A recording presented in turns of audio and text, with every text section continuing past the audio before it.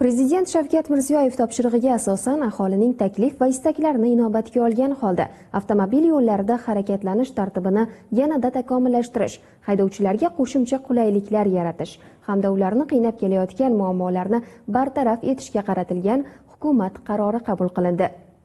Unga ko'ra, joriy yil 1-iyundan boshlab yo'l chiziqlarini bosish holatlarini maxsus avtomatlashtirilgan foto va video dasturiy texnik vositalari qoidabuzarlik sifatida qayd etmaydi.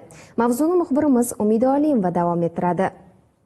Endi haydovchi chiziqni bosib olsa, bu qoidabuzarlik fotoradar yoki video kamera orqali qayd etilmaydi. Demak, avtomatik ravishda jarima yozilmaydi. Lekin yo'l patrul xizmati xodimi tomonidan aniqlanganda, qoidabuzarlik o'rnatilgan tartibda rasmiylashtiriladi. 1-iyundan boshlab shaharlar avtomobil yo'llarida ta'mirlash yoki yo'l chiziqlarini chizish bilan bog'liq ishlarni soat 7:00 dan 21:00 ga qadar amalga oshirishiga yo'l qo'yilmaydi. Ta'mirlash va yo'l chiziqlarini yangilash ishlari endi kunduz emas, faqat kechasi yo'llardagi harakat kamagan vaqtda amalga oshiriladi. Bu o'zgarish fuqarolarning kundalik ishga borib kelish, farzandini maktabga olib borish yoki shifoxonaga yetib olishni osonlashtirish bilan bir qatorda tirbandliklar yuzaga kelishini oldini oladi. Shuningdek, joriy yil 1-sentyabrdan boshlab harakat tezligini nazorat qilishga mo'ljallangan har qanday turdagi statsionar va mobil radarlar joylashgan hududda va ungacha kamida 250 metrdan kam hamda 500 metrdan ko'p bo'lmagan hududda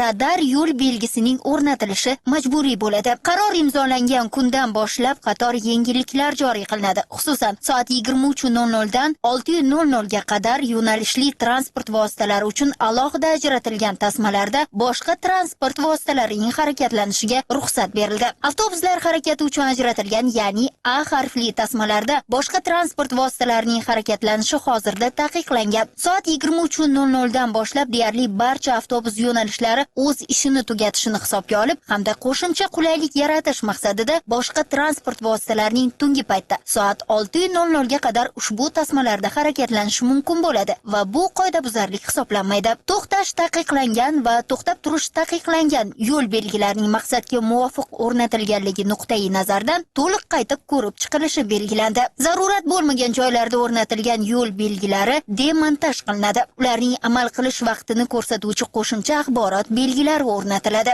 Sohadagi muhim yangiliklardan biri shundaki, prezidentimiz topshirig'iga muvofiq ma'muriy jazolar tizimiga yangi ma'muriy ogohlantirish ta'sir chorasini kiritishni nazarda tutuvchi qonun loyihasi ishlab chiqildi. Loyihaga ko'ra, yo'l harakati qoidalarini buzish bilan bog'liq ayrim yengil turdagi huquqbuzarliklarni birinchi marta sodir etgan shaxslarga yo'l patrul xizmati inspektori tomonidan ogohlantirish beriladi. Ogohlantirish